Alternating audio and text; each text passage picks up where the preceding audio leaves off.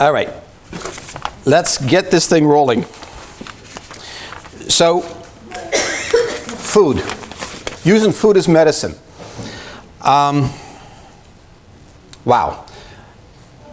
this is a bigger topic than, I said, yeah, let's do fun on food. It's about time you revisited food, and I'm going, oh no, what did we get ourselves into? Because now it's really, what do we really talk about? Do we talk about the food industry? Do we talk about the crisis in America? Do we talk about which diet is best? Do we talk about organic versus conventional? Do we talk about sugar? Do we talk about food addictions, the psychology of eating, farming methods? Yes, all of those. And we have a very short time to do that. And so I like this to look at this as an introduction.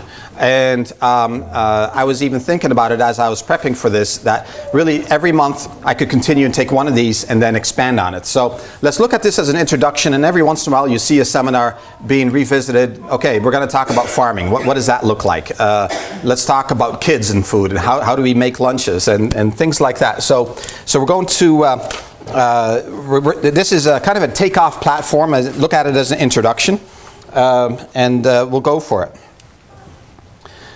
I can't see where we're at. Is this agenda, Lucas? Yes. Okay. So the next seminar, which we'll cover at the end also, is going to be on athletics, on different training styles, and you'll see that at the end of the seminar. So we'll cover all that next.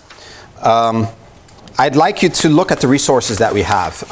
We're very proud of our resources. We jokingly call it DBC University. So a lot of the things that you're looking at, this is the front page of the website, and you can see we have a big media, social media presence. Click on the YouTube button, for instance, and you'll see that some of the YouTube recordings of seminars like this have gotten anywhere from, say, 1,000 downloads to over 80,000 downloads. It's become extremely popular, and for good reason. People are hungry for this kind of information. And I also want you to know, I want the internet lookers to know that everything we talk about is very science-based. And I'm going to talk about the science behind it right away, but when something is an opinion, which of course we sometimes have opinions, then I will say so. But we make sure that everything we do here at DBC is very science-based, and if somebody questions it, we usually have at least a dozen or more studies to back it up. So social media, we like to have a Facebook presence also. It's to build a community. We like to support each other and kind of have it be a sounding board and back and forths, and ask the doctor, and then once in a while one of the doctors will post about, we try once a week to say, hey, this is what's going on right now. Like last week I posted something about that the gastrointestinal bug was making a comeback, that allergies are a little more severe this year. So things like that you'll find on there. And the blog is a very neat thing to look at on a weekly basis, except during this remodel. We release a new blog. It's a very science-based thing. A little chewy at times, maybe a bit boring, and that's why we keep it down to just 4 or 5 paragraphs. And you'll see a lot of new information coming out on those blogs coming up down the line. I have a whole list of things that's going to be released, hopefully starting next week. Here you see the pie chart. Here you see the pie chart of the functional medicine approach, and this is, I love showing this to my patients because it immediately makes sense. If I do the same things with allopathic doctors, they go, wow, that is so cool. How'd you come up with that? And honestly, this is very common sense, because back in my home country, the Netherlands, functional medicine is called systeemsbiologie, which means the biology of systems. And because aren't we systems? For example, the adrenals works with the thyroid, works with the pituitary, and it works as a system. And it's very integrated, and that in effect will affect your hormone balance. It'll affect energy production. So you see these different systems in that wheel, and it's all impacting that little central person on the inside. So whenever you look at, say, the hormonal system, is it impacted by detoxification, for instance, which seems very unrelated? Absolutely. Hormones are metabolized in the liver. 50% of estrogen metabolism alone is in the gut wall. The adrenals are kind of like a master hormone gland that affects which way everything gets steered. So does hormone and detoxification go together? Absolutely. So you can tie all these things together, and that's why our intake form is so extensive. And that's when we see a new patient, we just go dig into this, your past history, when did symptoms start, and it's surprising what you can dig up, how things are all interconnected. And that's really how we try to figure out chronic disease. If a patient is dying of a heart attack, that's where allopathic medicine is absolutely beautiful. I've worked the emergency room, I've worked the ambulance, and I want you to know it's a beautiful thing to see a whole team come together and rescue a life. No, we don't have much time to figure out the history and this and that. We just block something, we make something function, we stimulate something, and we'll worry about the side effects later because the life is at stake. And that we have absolutely no problem with that model. In fact, very supportive of it. But chronic disease is not really determined by a single name. Rheumatoid arthritis, a chronic disease, is a conglomerate of symptoms. It's a gut disorder primarily. It's an immune system reacting to abnormal stimuli. It's affected by stress. It's affected by certain food sensitivities. It's very powerfully affected by the nervous system. So how do you put a diagnosis code on that? You really can't, and that's where allopathic medicine has a bit of trouble, because really, when you look at the medicine that's used for these chronic diseases, at best, and that research was presented this past weekend, at best, the effectiveness rate is 10 to 15%. And to me, that's just not nearly good enough, considering all the side effects and the expense, and really what you're doing is curing the disease. No, you're managing the disease. So we're going to talk about that with food. So the functional medicine approach is really not an alternative approach. It's not even a complementary approach. It's just taking medicine to the next level. And believe me, research is there. The top teaching institutions, they are there. This is not a fringe thing. It's not a fringe movement. It is coalesced into critical mass, as they would say, and it's expanding like mad, getting branches into every field there is. So I'm really excited to see that. And I can't help but continue to be amazed at that. It's a humbling process to see. You see on the outside of the wheel that we have environmental influences, mental and emotional influences, genetics, and spiritual influences. And so we have all these things that impact these, and they're kind of hard to define, aren't they? But we make sure that we acknowledge that because people think, for example, I don't know if you're familiar with the BRCA1 and BRCA2 gene for breast cancer. If you have both of those genes, the chance of you contracting cancer is close to 90%. It's made the news lately with Angelina Jolie. But it's been around for a long time, and we've known about this for a long time. But did you know that back in the 1920s, if you had BRCA1 and BRCA2, we estimate that the contraction rate of breast cancer back then was only 20%. And now it's 90%. So what has really changed? The genes didn't change, but the environment changed. Our food has changed. And that's what we're going to talk about today. It's not about our genes. It's about the expression of genes. And we think genes have only about 30% impact on our health. 70% is the environment of what we do with it. That's why someone can be changed totally looks-wise, personality-wise, just by changing the environment. And we've all seen examples of that. When somebody gets fit and starts exercising, starts eating well, there's a total personality change, isn't there? They get more energetic, they're more positive, they have more willpower, their looks change, and chronic disease is reversed. So let's get to work on that.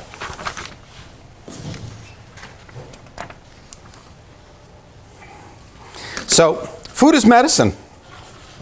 Our current state of affairs. This is my depressing part of the talk. And I'm sorry about that, but it is a reality check. Skinny teens, the ones that look healthy, the ones that are doing the track and field teams. Did you know that more than 30% of them are pre-diabetic. You could believe that with the obese teens, but not the normal-looking ones. In just 6 years, 50% or more of our nation will be diabetic or pre-diabetic. This is a cost that our nation cannot bear economically. It is many lives lost to productivity. And it is oh so preventable. This is a change that happened in just the last 20 years alone. I watched it being predicted 20 years ago, but I didn't really believe it. I remember one of my mentors, Dr. Jeffrey Bland, saying, you know, at one point in your practice, you are going to see adult onset diabetes in kids. And I'm going, really? Honestly, folks, I'm seeing it weekly now. I am seeing kids with adult chronic diseases. We're talking joint degeneration. We're talking rashes that you see in the elderly.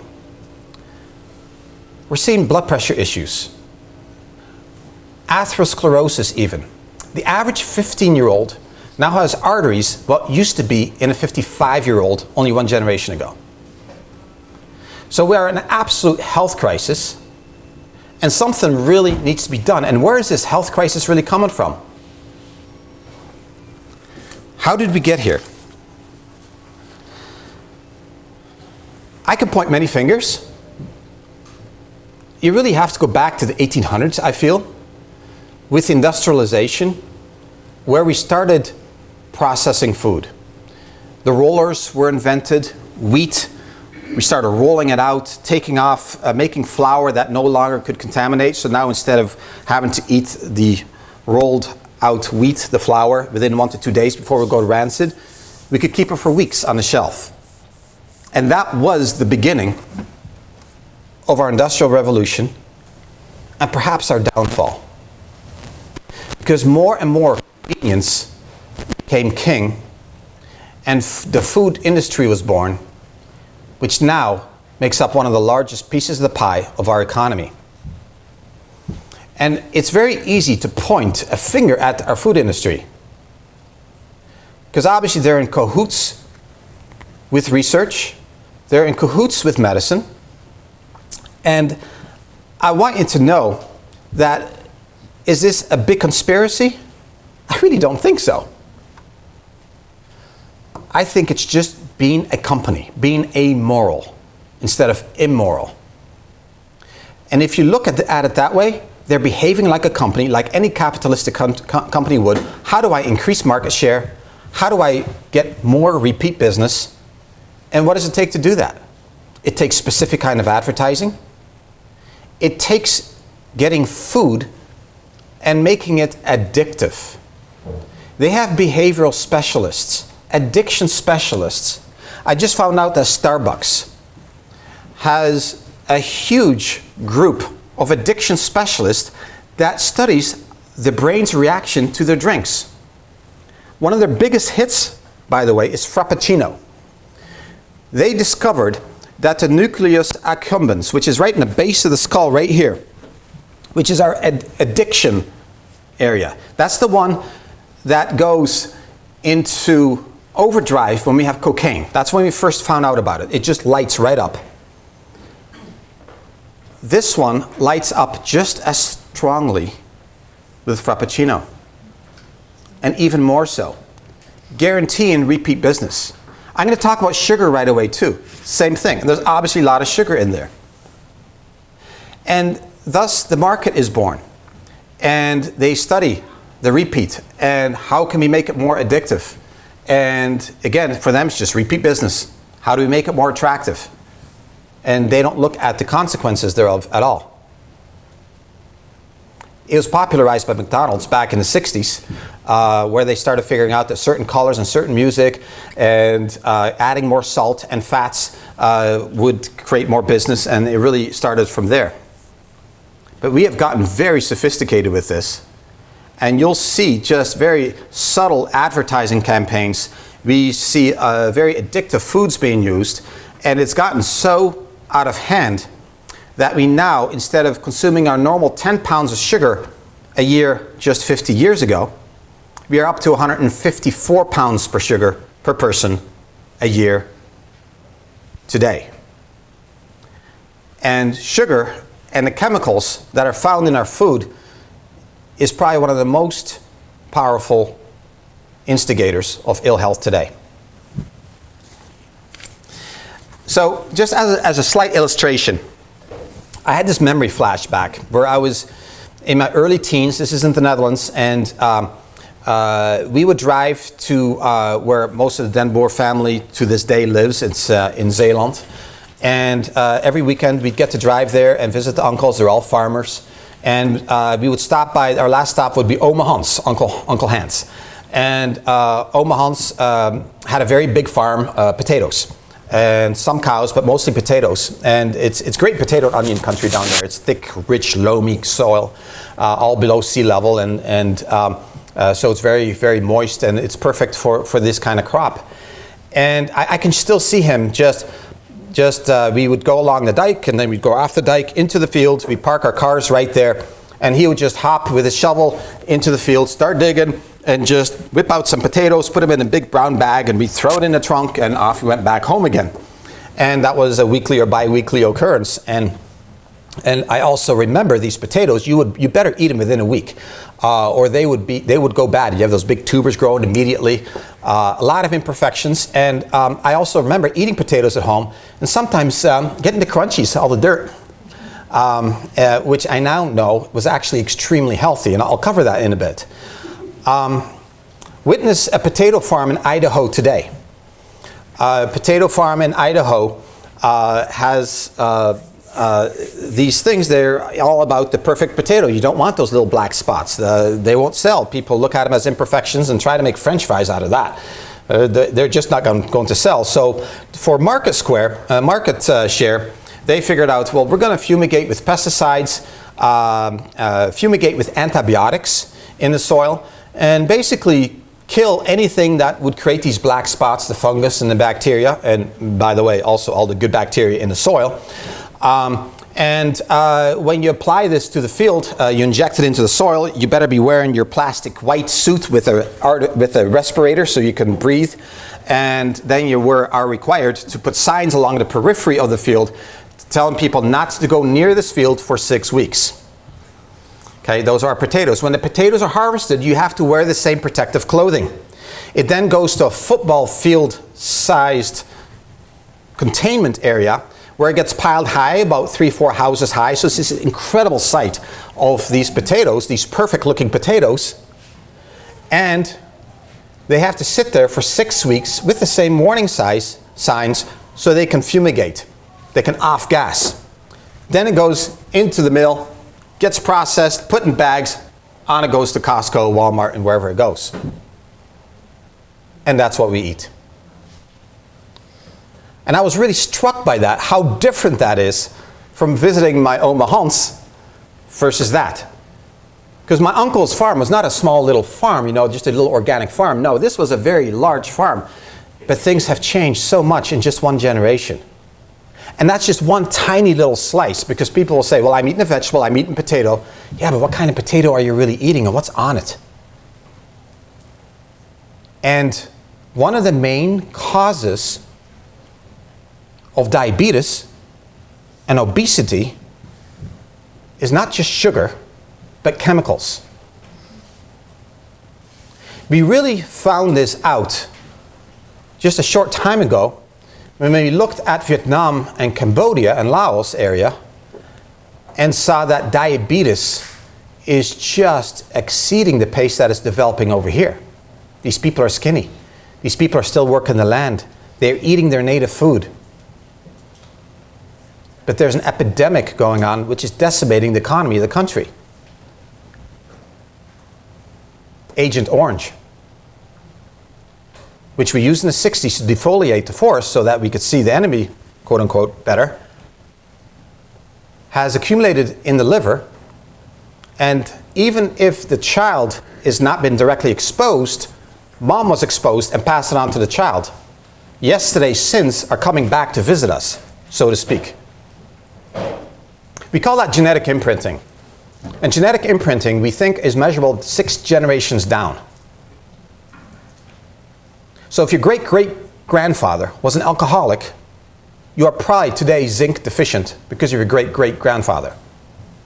It's called genetic imprinting, and these chemicals have an even more profound impact than just some of those bad habits.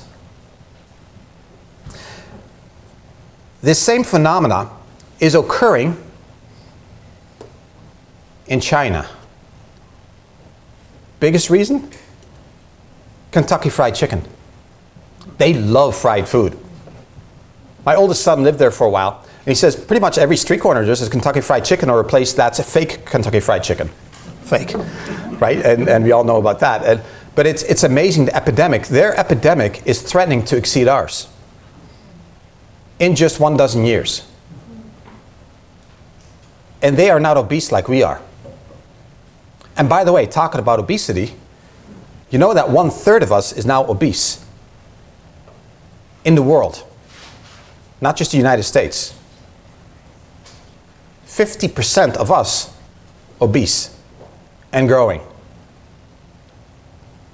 Slim folks, I believe, are going to be the minority very quickly. So, where is that coming from? Well, there's a bunch, and I make sure I made some notes, and let me look those up.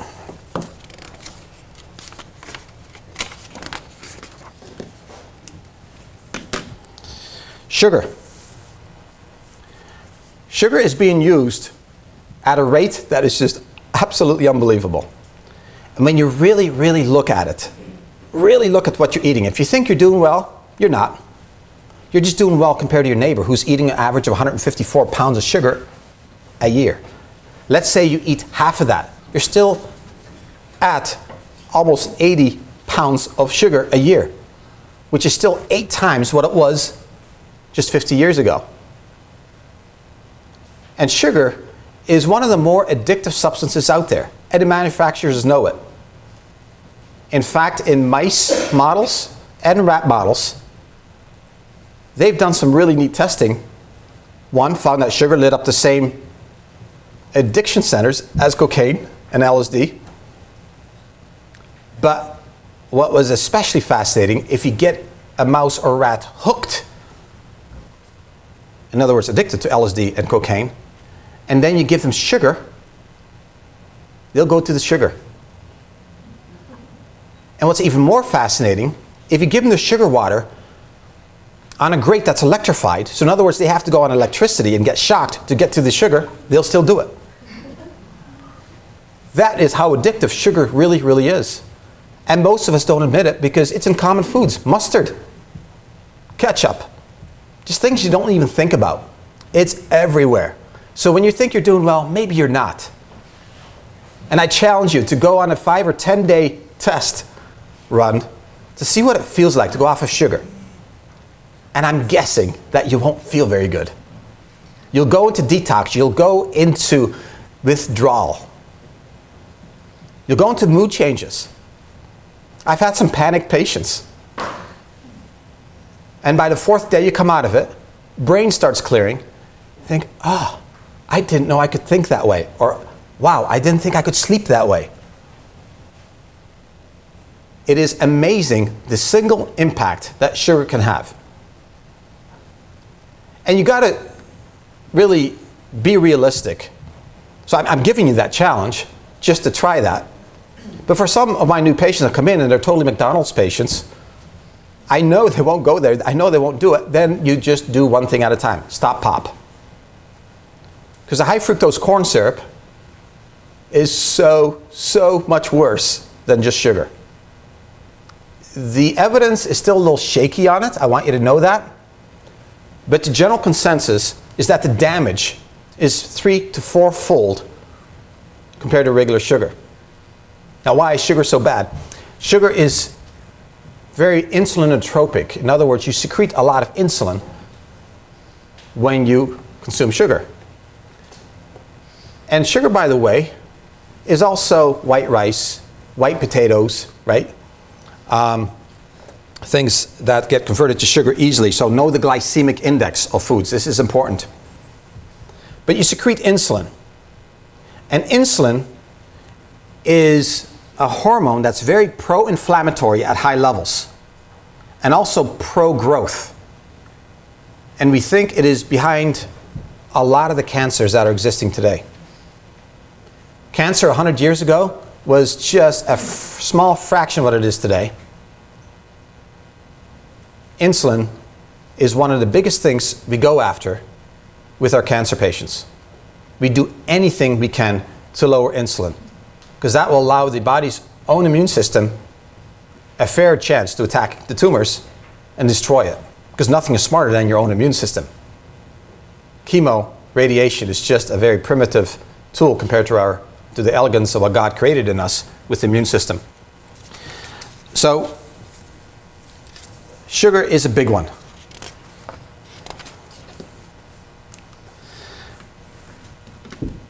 How can we use food as medicine? Let's visit the farm. And I've got some interesting notes on that I come from a farming background. I find very fascinating, and I hope I don't bore you with this. But let me first cover just generally food as medicine. How does food affect us? It affects us in nutrigenomics kind of way. So genetic expression. I kind of covered that already, but if you allow me to give one more example that I've used ad nauseum, so if you've heard this a few times, I'm sorry, but this is kind of a neat one. The Native American. The Native American, when you study their pictures from the 1870s, 1880s, 1890s, when the photographs were first being made, they're beautiful people. They're tall, very clear skin, outlived the white man easily, and could run circles around the white man, except for the technology that we had an advantage over. Witness them today. Average age in the 40s, longevity-wise. We have diabetes rates exceeding 80%. We have depression in over 50% of them. I can go on and on. They are now short, about a foot shorter than then. They're a lot wider. Their skin is pockmarked. Their facial features are totally different. That long, sinewy body is totally gone. Same genetics, but changed by what they eat and activity levels, their environment. So their gene expression changed totally. And look what it did. So that is how food can be used as medicine. It can be used. I'm looking at my notes here. I thought it'd be a good idea to put some on the iPhone. Not so, it shuts off all the time. All right, so here we go. It's used for cellular communication. So cell-to-cell communication, this is absolutely critical. Neurotransmitters, cell-to-cell communication, signaling of one organ to another, and it's absolutely astonishing. It can be measured directly by the BIA, by the way. Intercellular and extracellular water, that's very much reflective of intercellular communication. And as we detoxify patients, change how their nutrient count goes up or down, it is amazing how that changes immediately. So patient complains of brain fog, it's basically neurotransmitters not connecting. Their cellular communication is not really connecting well. They are convinced they're developing Alzheimer's or some sort of memory disturbance. No, it's just cell-to-cell communication. If you improve that, you can change that literally within a week. So that's an important point. Immune modulation is also affected by foods. One of my more favorite sayings is G-bombs, green beans, onions, mushrooms, yeah, and seeds. Green bombs. Oh, berries with a B. Sorry, I missed that one. Green bombs, G-bombs. Those are the immune modulating foods. They also happen to be very anti-cancerous, by the way. And those are some of the top foods that we use. Mushrooms is absolutely unbelievable when you eat them.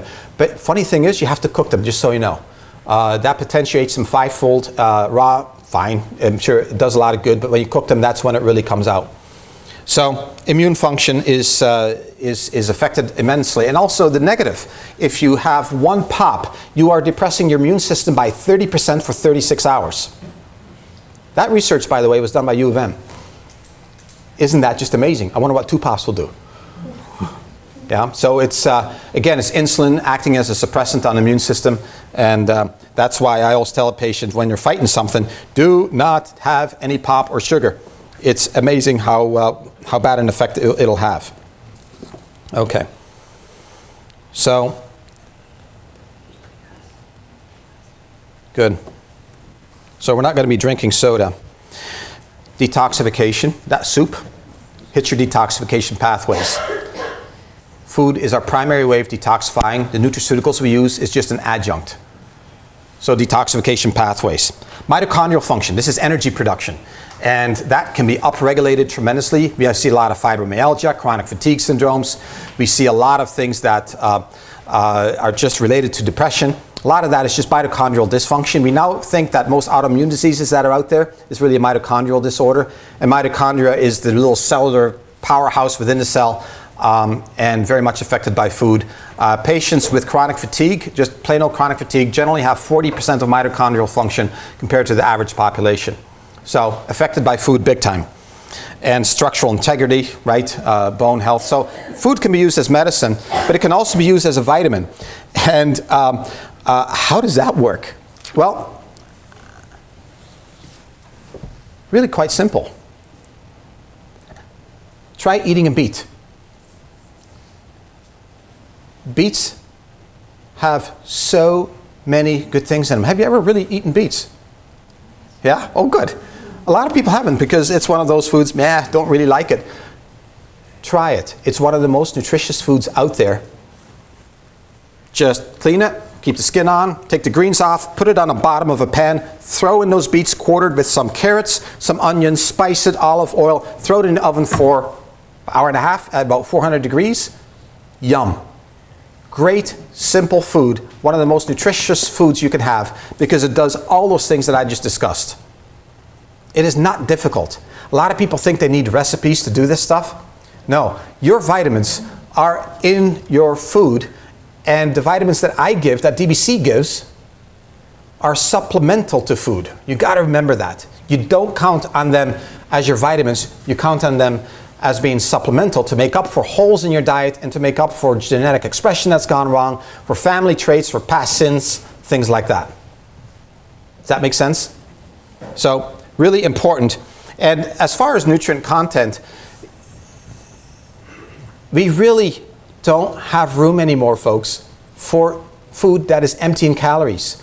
Your white potatoes, your white rices, your empty breads, your depleted manufactured foods. If you buy a box that has some sort of fake food in it, and it makes a health claim, do not buy it. If it has more than 5 ingredients, do not buy it. If it has names on it that your grandmother wouldn't recognize, do not buy it. Buy the stuff that doesn't get advertised, that's in the periphery of your grocery store. So hit the periphery only, and stay out of the aisles of evil and doom that go through the store. Because that is where chronic disease lies. That's where inflammation lies. That's where depression lies. If I could only get my patients to grow their own food, hit the farmer's market, and hit the periphery of the stores, I would have a totally different practice. It's not difficult. And I wish I could sometimes take some of my patients and just show them how easy it is. Because most of the time, you do not need recipes. You just do it.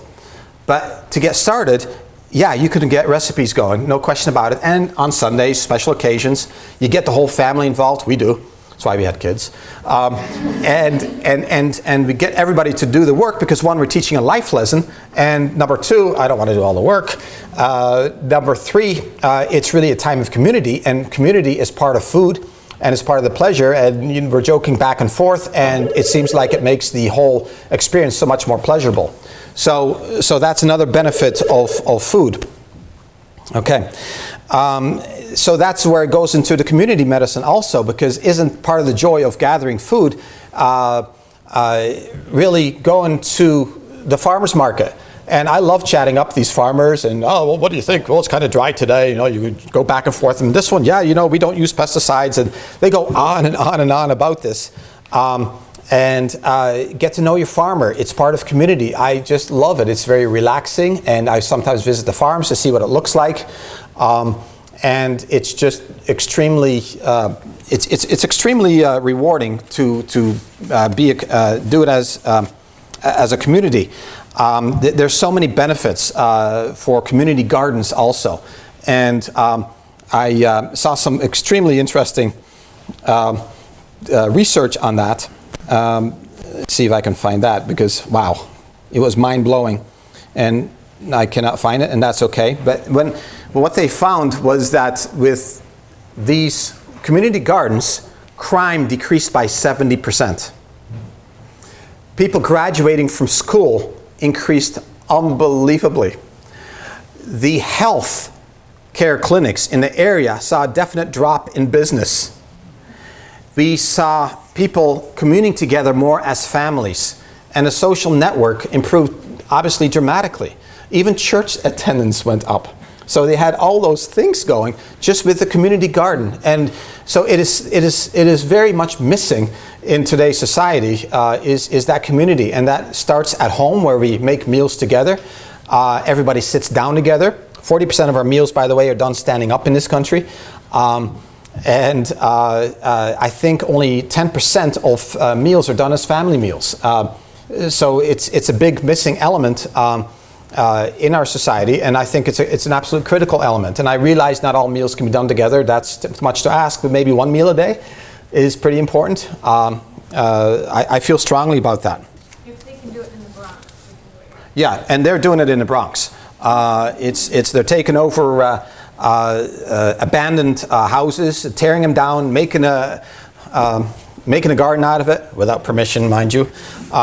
And they're just making it work, and there's a whole ministry going on as far as community gardens in the Bronx right now, trying to turn the whole community around. And you know what? It's working big time.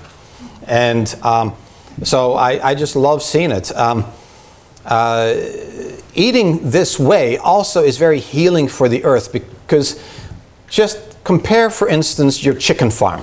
The chicken farms for eggs, for instance, they're just these huge concrete silos that are vertical like this, and they just pile the chickens in to such a degree that they can't walk. In fact, they're unable to walk because they've never walked in their life.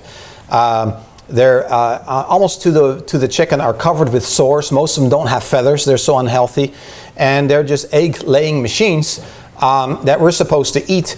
And the waste products are so foul that they have to have special storage container sites just for the waste. And the carbons that get emitted into the air, the nitrogen, the methanes, definitely have contributed hugely to pollution today. In fact, farming is now considered the second leading cause of pollution on Earth. So we're talking an industry that's just absolutely wrecking the environment. And compare that to some of these same farmers that have taken the same volume of chicken and released them out into pasture, and they rotate them, and now all the chicken poop goes into the earth, gets stomped into earth, the earth recycles it, none of it gets released into the atmosphere. It's being used as fertilizer for beautiful grass, bugs like growing in it, birds come flocking in, and it becomes this whole little self-sufficient ecosystem with eggs that are 3 times as nutrient dense as those other eggs are, without any of the chemicals, no antibiotics, and there's an incredible lack of deaths among these chickens, so it's economically much more viable. And then the argument goes, well, that's not really economically viable, and it is. I've seen the economic models, and it just works incredibly well. So we're helping the health of the earth, we're helping the soil health, and I want to talk about that right away. And we're helping economics, and it just there's nothing more expensive than eating food that is nutritionally devoid and laden with chemicals, because ultimately that comes back to haunt us with chronic disease. Let's talk about the earth for a moment, the soil. So let's go back to that potato farm. What do you think that soil really looks like? In order to grow potatoes there, we have to hit it with nitrogen, artificial nitrogen, the same stuff we made weapons out of. In fact, that's how nitrogen fertilizers were made. We had so many mines and unused bombs from World War II, we had to do something with it. And a brilliant chemist came up with something. So, you know what? I think just nitrogen might be good to grow plants because, you know, nitrogen is what they need. So this is how our artificial fertilizers were born. The trouble is, it does not sustain the healthy microbes in the soil. And the healthy microbes are just like the microbes in our gut. They are incredibly numerous, and they extract the nutrients out of the soil for the plants to use. It's a whole little ecosystem. And then some of these microbes grow into the plant as well. And when we consume them, they populate our gut. And they do so immediately. This is why there's such a stark difference in farmers' kids versus city kids. And not just any old farmer kids, because if it's a farmer's kid that grew up on conventional farms with dead soil and lots of chemicals, their rates of asthma, allergy, and all kinds of other autoimmune diseases actually exceed that of city kids. But if you study kids that grew up on organic farms that had all kinds of healthy dirt with healthy microbes that they actually ingested on a daily basis, their immune system was on a much better plane, and the rate of all these diseases are less than a quarter compared to the rest of the population. Isn't that interesting? This is another reason why, if we can eat organic, wherever we can, do so. Or at least come as close to Earth as we possibly can. Having said that, that fumigated potato that I was talking about is still a whole lot better than food in a box. Which is kind of scary when you think about it, right? So when a patient is very challenged and says, I can't do organic, the expense, and you know, all those arguments, says just hit the periphery of the grocery store, eat the foods that have pesticides on them. I don't say it that way, mind you, but eat the conventional foods. Stay away from the boxes, and you're still going to be way, way healthier, even with that food, compared to the real food. But the real food is what really supports our microbiome, which we are now discovering, but really we knew 25 plus years ago already, that the microbiome is really the main driver behind health. Chronic disease is almost always a breakdown of the gut wall, to which is related a breakdown of the normal microflora that grows there. Today's human has maybe 1/5 the diversity compared to 3 generations ago in the gut. We have the same quantity, but we have a lot of weird bugs in there that don't do us any good, that ferment our foods, that causes all kinds of grief. In fact, some of the bacteria that we now have in our gut even produces pesticides. Thank you, Monsanto.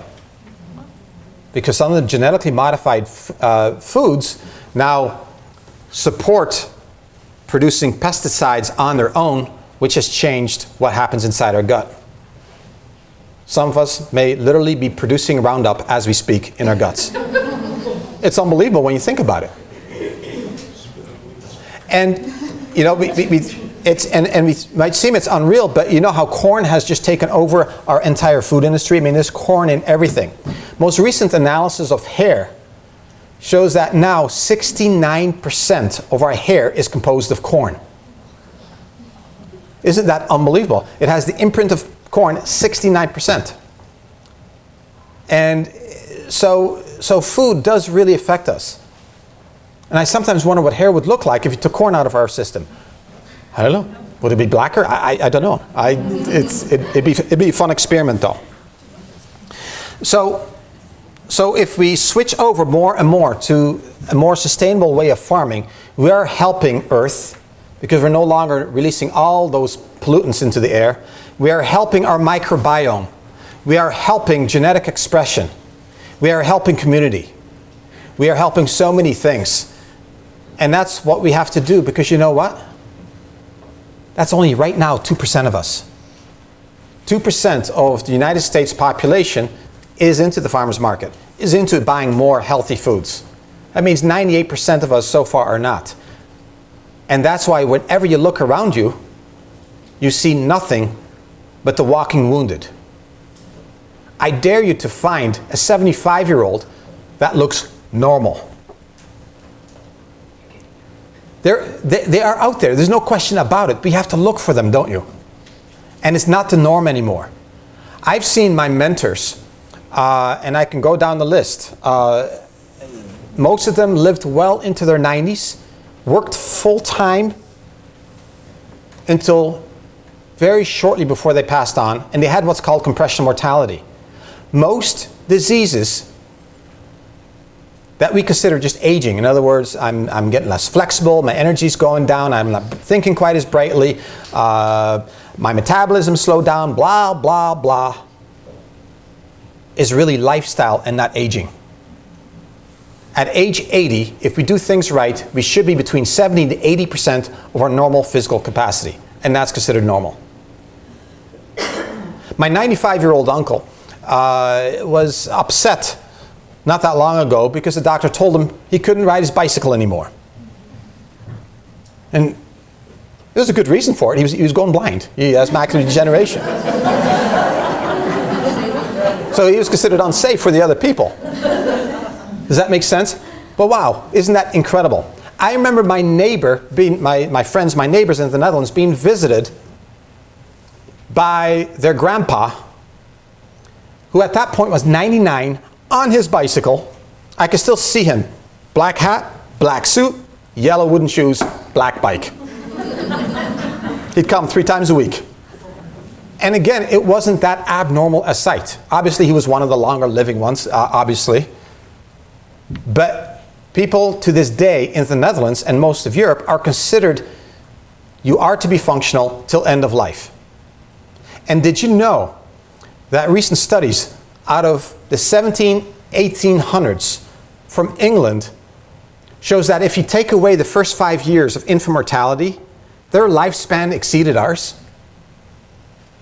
And what's more, they worked 6 days a week, 60-hour work week, no vacations, and really what was expected of them is to do that till the end of life. What happened most of the time is that 2 weeks before they died, they would complain of being tired, they got some infectious disease of some sort, and passed on. Wow, have things changed? And some people say, well, you know, it's the fact that we have lack of exercise, stresses. Honestly, I don't think stresses have changed that much. Really, the big thing that's changed in our lifestyle is what we ingest. Because we consume more than 200 pounds of food per year. It has a profound, profound impact on us. And why not just go with foods that change the way we think, that changes the way we look, that changes the energy that we have, that changes your hormones, that changes your genetic expression, and can even change the generation and generation and generation and generation after you without you even knowing it. Because we hold the lockbox to that genetic code that affects future generations. It's quite a responsibility, and I'm afraid we're kind of ruining it at this point. Okay. So, what is the right diet?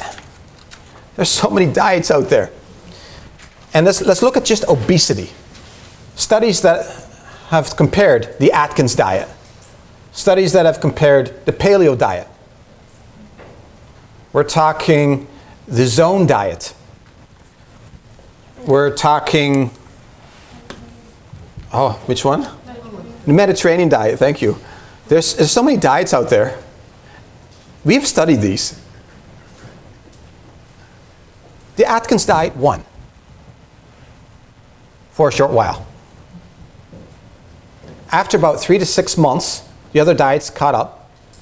After a year, almost virtually identical in the benefits of weight loss. Study went longer, everybody gained back all the weight. Health biomarkers wise, the Atkins diet did worst. High meat diets, and I'm going to include the paleo diet, and I know I'm going to step on a lot of toes here, because paleo diet is about 40 to 45% protein. Folks, that's crowding out a lot of phytonutrients that we need right now to detoxify today's life. And we're not cavemen. Our stresses today are totally different, and they were forced into that kind of life because that's what they did. They were hunters, they were gatherers, they were not farmers. And we have no proof that they were so healthy. We don't know that. So the paleo diet, I feel, is atherogenic. In other words, just like the Atkins diet, can plug up the arteries quicker. It is pro-inflammatory, but still does an awful lot of good because compared to the standard American diet, it is absolutely by far, far better. But I want to talk about what works best. Almost anything compared to the standard American diet is better. Honestly. I think Al-Qaeda could not have designed a better diet for us. It's killing us as a nation. And I think if the Americans really knew that there was a foreign force of some sort that was causing this amount of obesity, this amount of chronic disease, that was stealing the lifespan. The new generation is not expected to live nearly as long as the current generation. First time in history besides things like catastrophic like wars. If the Americans really knew, they would totally mobilize, wouldn't they, and attack that enemy. But at enemies from within. And we can only fight back by preaching this kind of message and by figuring out what we really have to eat. And what we have to eat is nutrient-dense foods. No room for empty calories. And if you want to eat some meat, I'm not opposed to that. And everybody's situation is different, by the way. If you are a professional triathlete, we see them here. My requirements for them is more protein than most. They need protein for repair. But boy, am I careful how much I go with. Because I have seen some of these people working out in the gyms, especially more extreme, like say CrossFit or the heavy weightlifting gyms, where people really go nutty. And when you really look at them, they look like they're aging quickly. Beautiful bodies, fit, decent energy, because exercise offsets a lot of bad lifestyle choices. But you can tell that they're on a high protein, low nutrient dense diet. They've got that smoker's look, you know, the lines in the face, excessive oxidative stress. They just don't look healthy. Even their color is off. Check it out. Nutrient dense food is where it's at. Go with the rainbow diet. If you go under resources on our website, you'll see the rainbow diet. You hit all colors every day. There's even a kids one that we have. So the kids can check off, yep, had my berries, had my blues, had my whites, had my yellows, had my white, right? It's great fun. And it works. And it's the diversity of phytonutrients that by far exceeds any one nutrient because it works as a choir and gives you beautiful music washing over your genes, which then express themselves in a fairy tale instead of in a tale of horror. Because they can do both.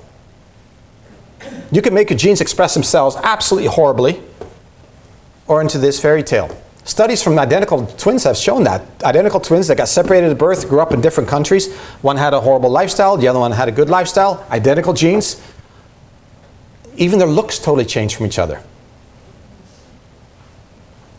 So go with the rainbow diet that's incredibly nutrient dense. Remember G-bombs, green beans, onions, mushrooms, yeah, seeds. And go with the really, really good colors. And don't forget about fats. Fats have been just excoriated in this country.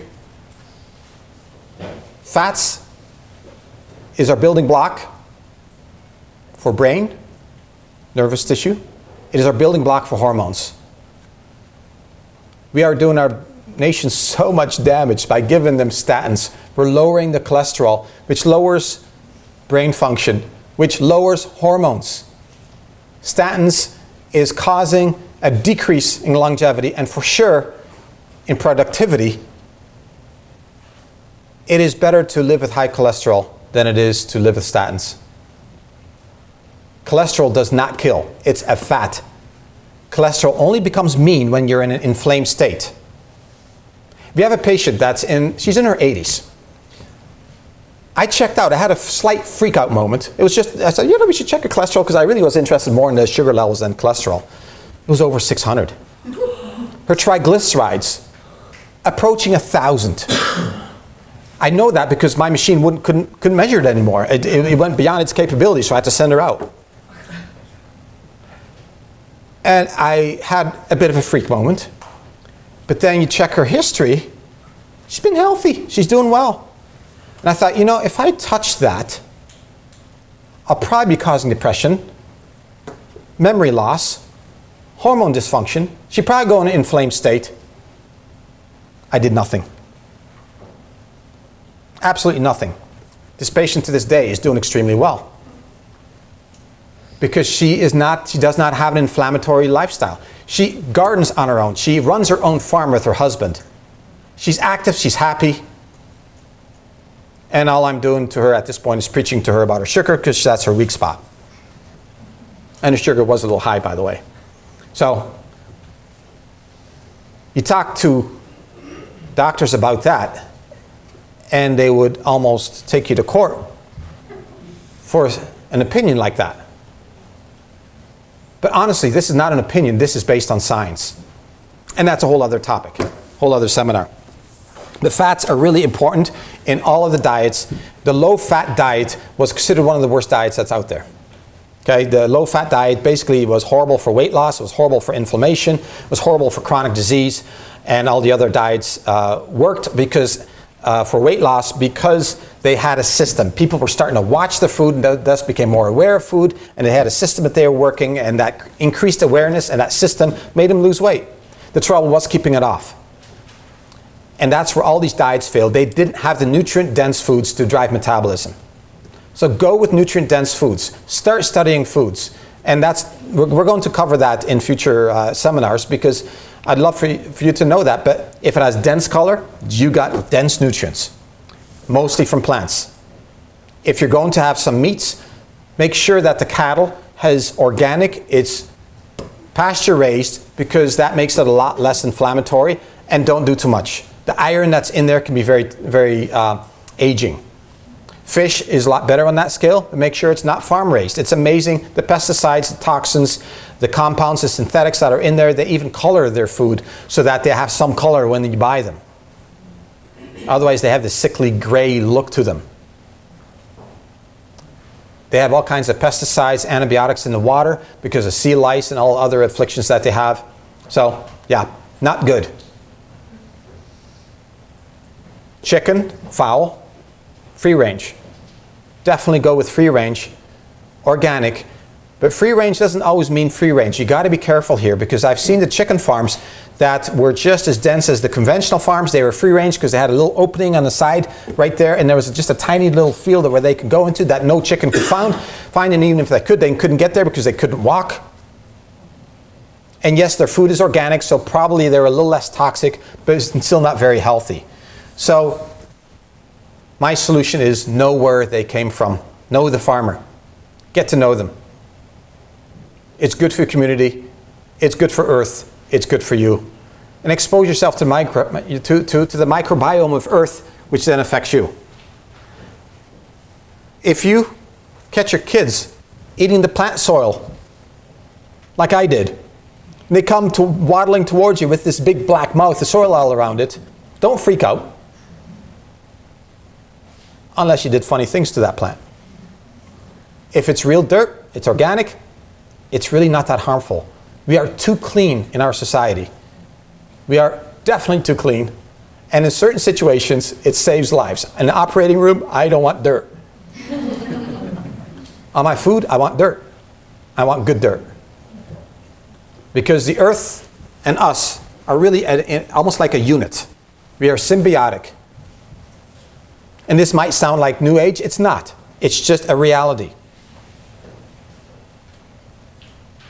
So, imbibe on earth. So, let's revisit the whole picture again. How did we get here?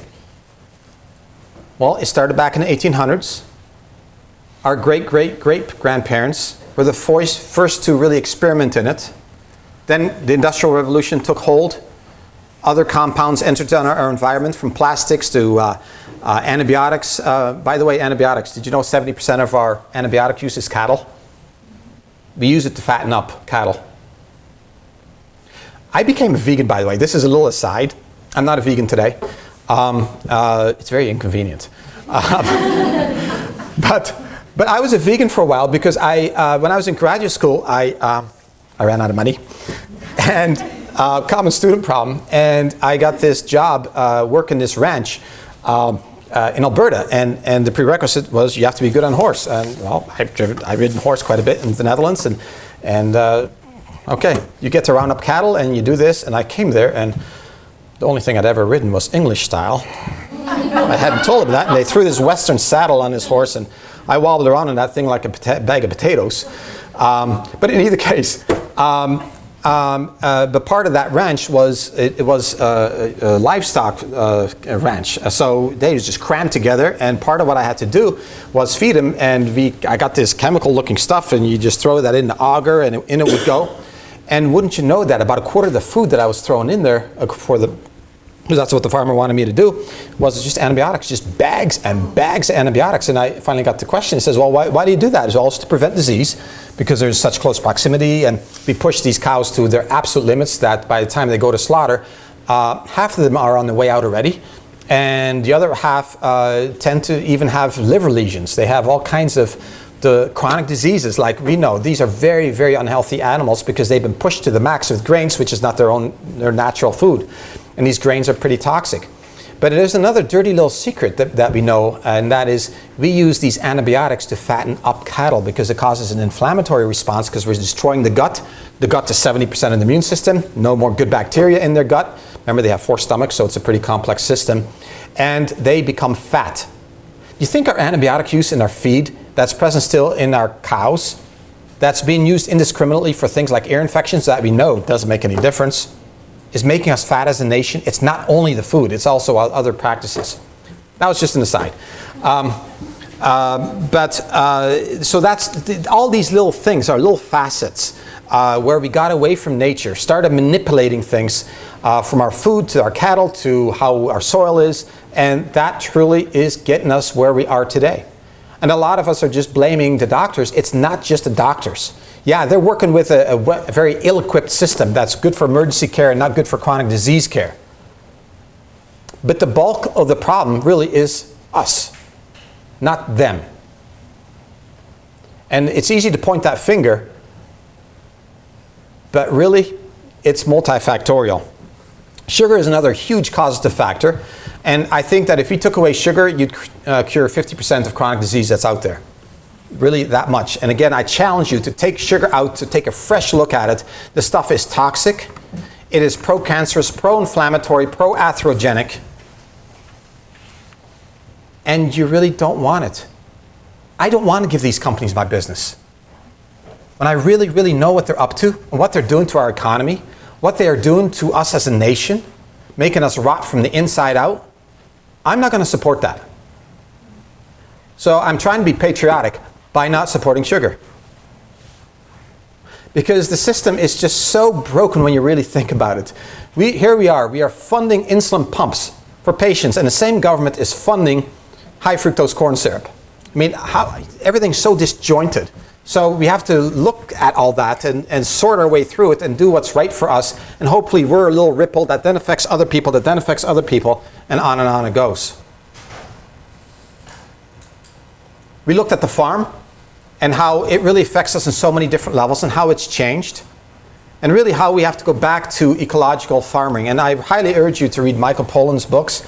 It is absolute literature, I think, the way it's written. Very, very eloquent, entertaining. It's not at all a textbook, and extremely interesting. And it takes you through the journey of food, from cooking to how it's grown. In one of the books, he follows the whole path of corn from its inception to right all the way into Q-tips and shampoos and food, and every direction that it goes, and how this whole food industrial complex and the military complex and our government are really intertwined as one unit. It's very fascinating and well researched.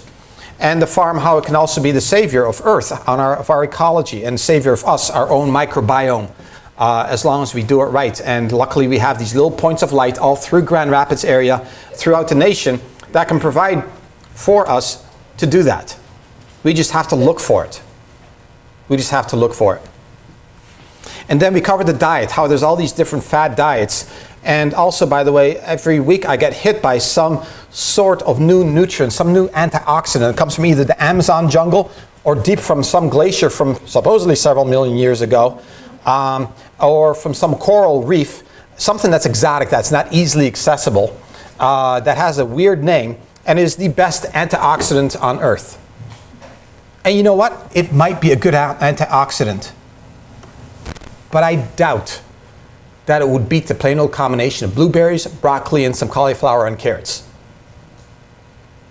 Because that hits you on so many different levels. I've seen the radionucleotide studies on these nutrients, and it's really fascinating because blueberries, you watch where it goes, these scans, mostly brain. And now we know, sure enough, and walnuts, the same thing, by the way. That oil hits mostly the brain. Very protective for brain function. Very, very stimulating for neurological function in general. Blackberries, you'd think it'd do the same thing. It's kind of similar as far as color goes. Nope, goes to the colon.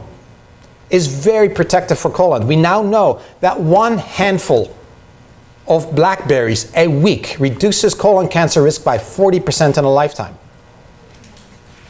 We're talking ridiculous, right? And these are well done, large studies. So I can go on and on and on, but see, they all have specific functions. So you don't want to eat just blueberries. You don't want to eat just blackberries. You want to eat the whole enchilada. So that when you study the radionucleotides, you light up like a Christmas tree and it doesn't go to just one area. That's what you want to do. And that's the problems with these single antioxidants. Yeah, they might be useful, but really you need the whole thing. So diversity is king with this diet. Fats is king. Don't worry so much about nutrients unless you're in a special needs situation, like cachexia from, say, a cancer treatment, which is loss of muscle mass, or you're in extreme training conditions, or you're so stuck in obesity that nothing moves it anymore. Then sometimes you have to go outside the box to extraordinary diets, we'll call them. Very short term, just to get metabolism going. But then as soon as we can, we go right back to high nutrient, rainbow kind of diet. You can be a vegan in this diet, you can be a vegetarian, you can be a Pascan vegetarian, which means seafood, and yes, you can eat all the things that you want as long as vegetables are the centerpiece. That's really the key to being well. And it's been proven over and over and over again. Witness the pharaohs, they were considered rich because they are the only ones in all the Egyptian population that could really eat meats. Everybody else just ate vegetables. On autopsy today, it's the pharaohs that died early. It's the pharaohs that had osteoarthritis. It's the pharaohs that had heart disease and, yes, cancer. And all the workers that were mummified with them, you check them out, none of that. Interesting, isn't it? It's not a new problem. It's not a new problem. All right. Thanks for letting me get that off my chest. So, we're going to talk about a radically different topic next time. And every July, we hit the athletics. And every time I try to mix it up. And this time, we're going to really switch gears and focus mostly on training. And you know what? We can study the best of the best champions. And if you're 95 years old, you can apply that to you. You just do a version of it, not that training program. So this is very applicable to all of us, so that we can figure out how to train smart. It's not how much you train, it's how smart you train. Just as a little example, if you walk for 15 to 20 minutes right after a meal, did you know that any of the sugars that you ate and the insulin release that you've got is lowered, that response is lowered by 50% for 6 to 7 hours? It's not how much you walk, it's how smart you walk, isn't it? So we have all kinds of little hints like that with weightlifting, with how do we get into shape for my 5K run, for a marathon. How can I achieve a marathon in just 2 hours or less of training a week? Just all kinds of neat little hints and training programs. What's been proven to work the best? So that's got to be the emphasis next time. Because I didn't really hit physical training today, because that was not today's topic. But we all know, you know, I really wish I could do this for my patients. I wish this every day. If I could just teach them exactly how to eat well and make them do it, and how to exercise well that is appropriate for them, and the third one, how to sleep well. And if I got that combination going and showed my patients how easy it really is, change is not easy, but once you're there, I would have no practice. I would not. And neither would any of the doctors here, except maybe some emergency care. So let's see if we can start working on this. Work me out of a job. Work our doctors out of a job.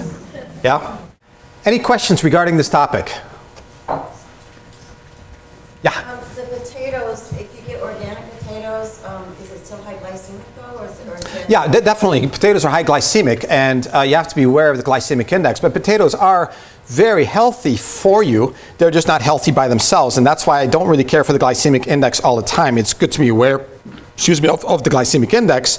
And if you're having only potatoes, that counts. But what if you had some potatoes, a little bit of potatoes with green beans, this wonderful kale salad, just a touch of, say, salmon, and then a few berries on the side just to add the color.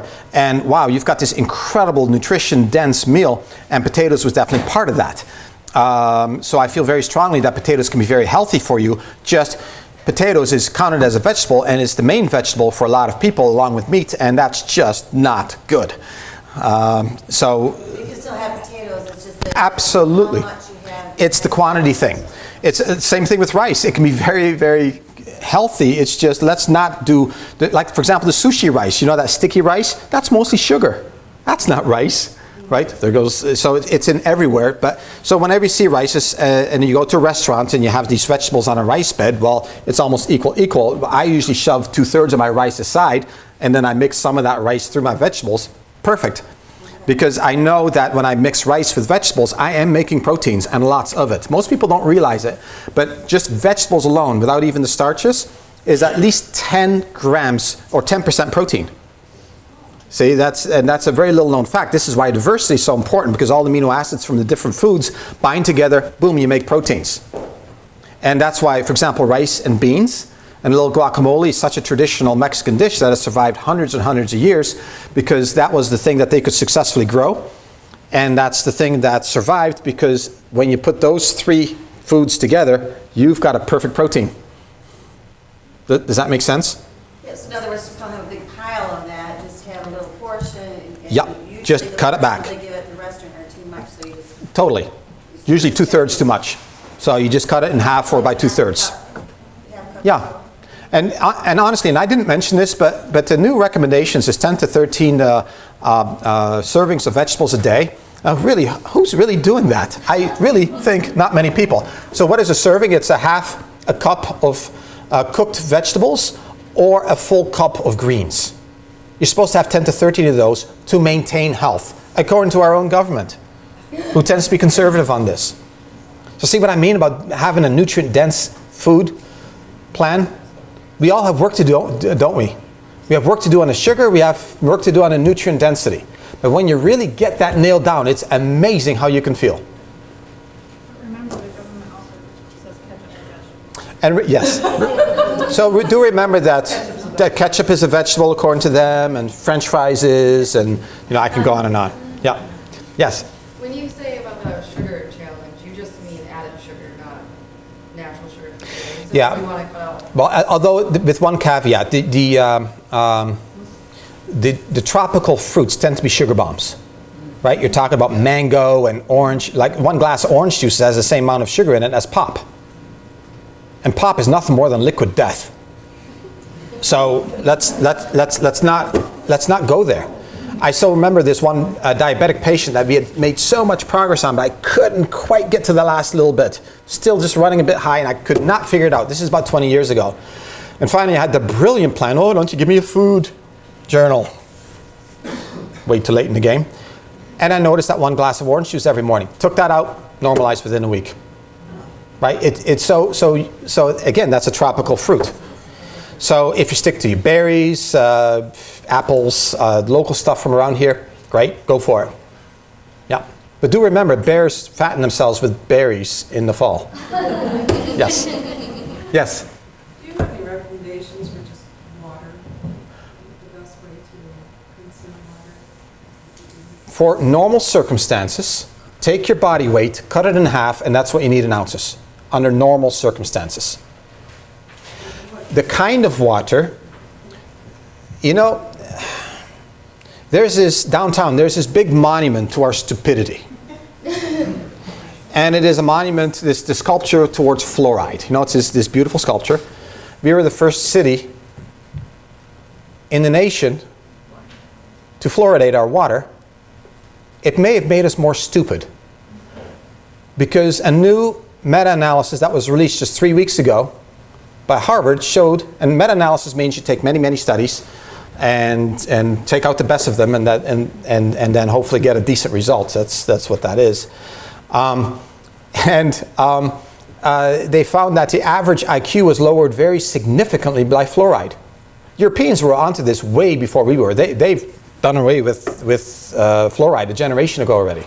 There's, I think, 1 or 2 cities in all of Europe that still do it, and that's it. So fluoride, get rid of it. And so look for a filter that actually gets rid of it. If you have well water, one of the best filters is made by Maveo. We have that at home. We have well water. And Maveo is a German company. It's just a pitcher. It's 40, 50 bucks. And you fill it every morning with water, and it takes out almost all hydrocarbons and pesticides and residues that might be in your groundwater. But fluoride, it does a little bit of a shakier job on it. It does reduce it, but doesn't quite eliminate it. So there's other filters for that one. So you don't have to go real sophisticated. If you can take the majority out, I'm happy. Yeah. Brita does not. Yeah, Brita does not. Mavea, I think, is a better one. Yeah. Yeah.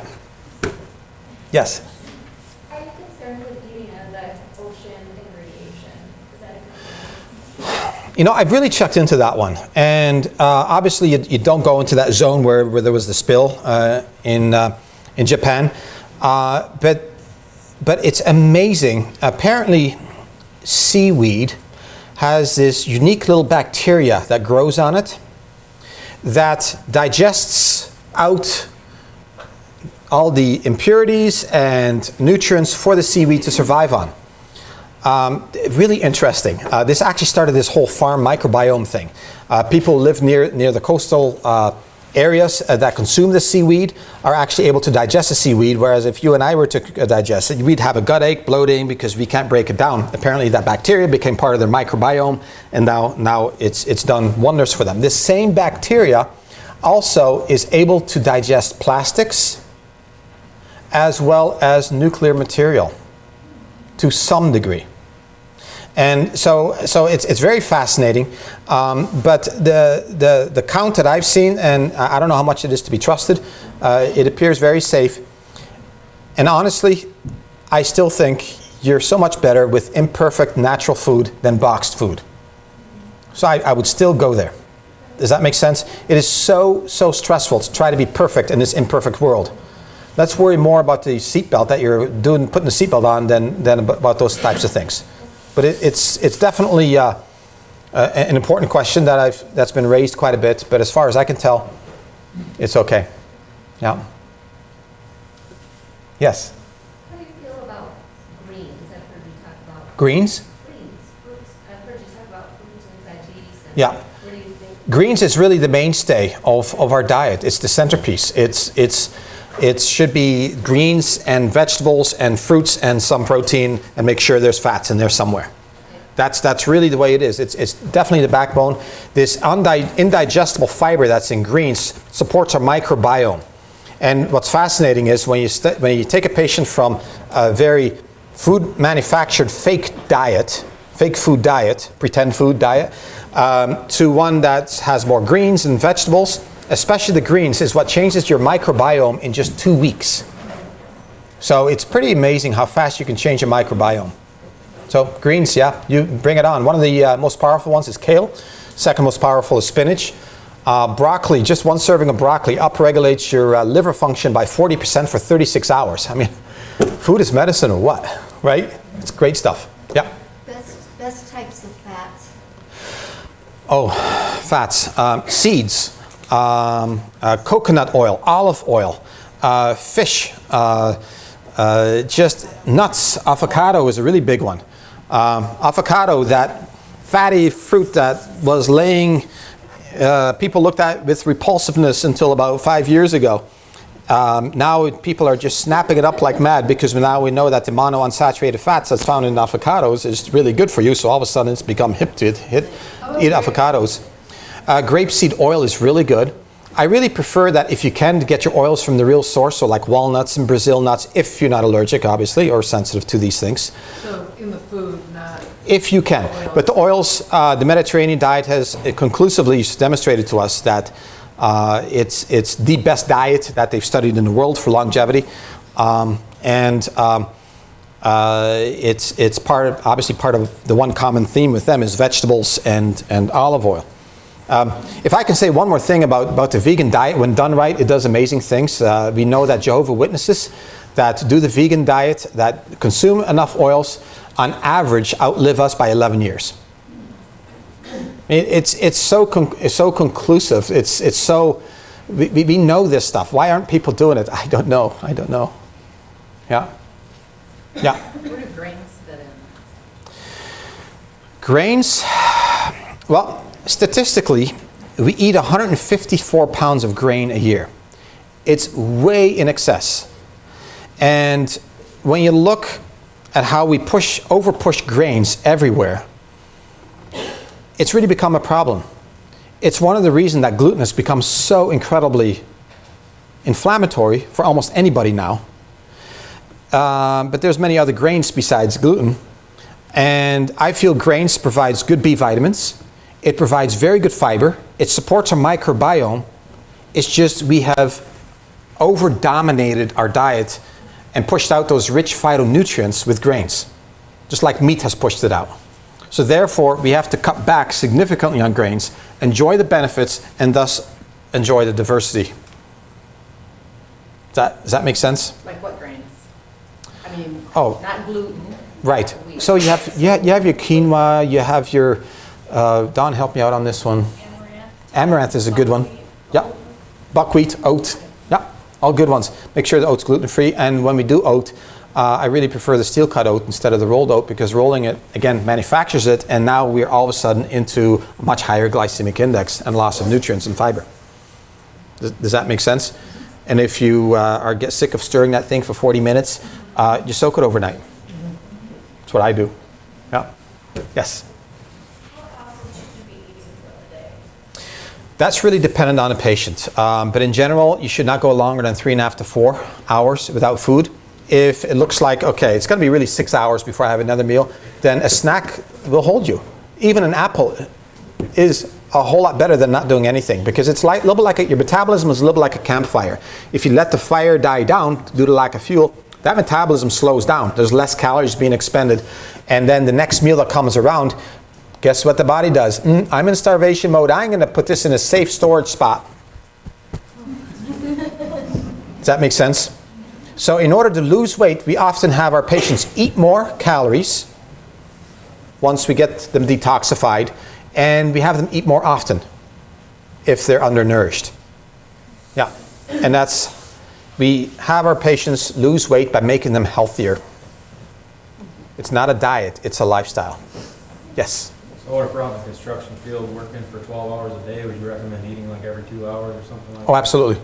Yeah, I've been there, done that when I was in school, and I was absolutely amazed by how my calorie increased by at least double, at least. And see, this is a situation where you have to really watch your fluids, right? Electrolytes, the next athletic seminar is going to really hit that. And a little bit more protein than most people are getting, simply because there's more muscle repair to be done. So that's when you start upping the protein a bit. That's right outside the normal box a little bit. But don't go pounding like some of these weightlifters. They go to 200 to 300 grams of protein a day. They are taxing the liver. They are taxing their kidneys. They're creating atherosclerosis. They are creating so much inflammation, and their body is doing that because it can't uptake and absorb all that. Yeah. So along that same line, maybe active kids who are just hungry all the time, or is it okay to be Give it to them. all day long? Give it to them, as long as it's good food. And watch where they are accumulating weight. Because if the kid is accumulating weight right here, like kids often do, they have these little love handles. Uh-oh, we're overdoing a good thing here. They're addicted to something. And sometimes a kid will really crave what they're sensitive to. So it's easy to spot allergies or food sensitivities in a kid because mom can have that peanut butter, mom, right? And then you know, uh-oh, that's oftentimes something that they're sensitive to. So if it's fruits and vegetables, though, they can just eat it like all the time. My kids want to eat all the time. Right Absolutely. Before bed, right after, like all the time. Yeah. But he'll always eat an apple or. Yeah. I would try to slow it up just a bit before bedtime because it is good for the digestive system to come at peace and a little bit of rest. So I would put the brakes on right there, but other than that, no. Just go for it. Yeah. All right, last question. Yes? You said like the tropical fruits like oranges, if you put a whole orange in a clean smoothie, would that change, would that make a Well, difference? it does blunt. It does blunt the glycemic index significantly, and I often put a whole lemon in mine. But it's still something to be watched and to at least have cognitive awareness of. Okay, did I put a little protein with it? Did I put enough fats in it to make sure I counterbalanced it? Is there enough other nutrients in it? Okay. Yeah, there's benefits to oranges. It's just you got to really watch them. It's like potato. You got to really watch it. Yeah. But there's benefits. Drinking a straight glass of orange juice is different than putting a whole orange in with greens and a little protein. Yeah, again, it's diversity that changes the whole equation. It's like being a chemist. You know, you put one and one together, and all of a sudden you get something that's totally different, don't you? And that's the beauty of food. And I was demonstrated by a cook this weekend at a seminar I went to, how you can change a soup. Was a big pot of bean stew, and they were demonstrating how you can change the taste totally by adding just 1 teaspoon of olive oil to the whole thing. And all of a sudden the spiciness will move forward on your tongue. And then half a teaspoon of grade B maple syrup to that big pot. Stir it in, and all of a sudden all the spiciness was right in the front of the mouth. And it's amazing how chemistry changes just with subtle changes. And this stuff is so much fun once you get to know how and play with it and you start exploring. So let's first focus on these phytonutrients, get the nutritional density in there, get rid of the American man-made stuff, and then start playing with it. It's a lifelong game that has good community, lots of giggles, and provides good health on top of that. Yep. All right, last question. Yeah. What's your take on natural sweeteners such as agave nectar and honey and maple syrup? Yeah, and you can certainly use some of that, but very little.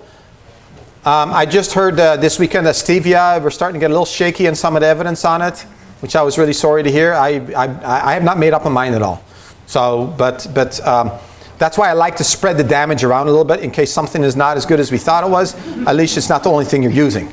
Does that make sense? So yeah, use a little agave, a little stevia, a little bit of maple, a little bit of honey, right? And just. Agave is to have a lot of fructose in it. Yeah, but fructose itself doesn't.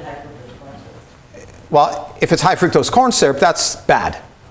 If it's purely from agave, that's fructose syrup, that's okay. So check your labels, become label readers. Folks, thanks so much for being here. I really, I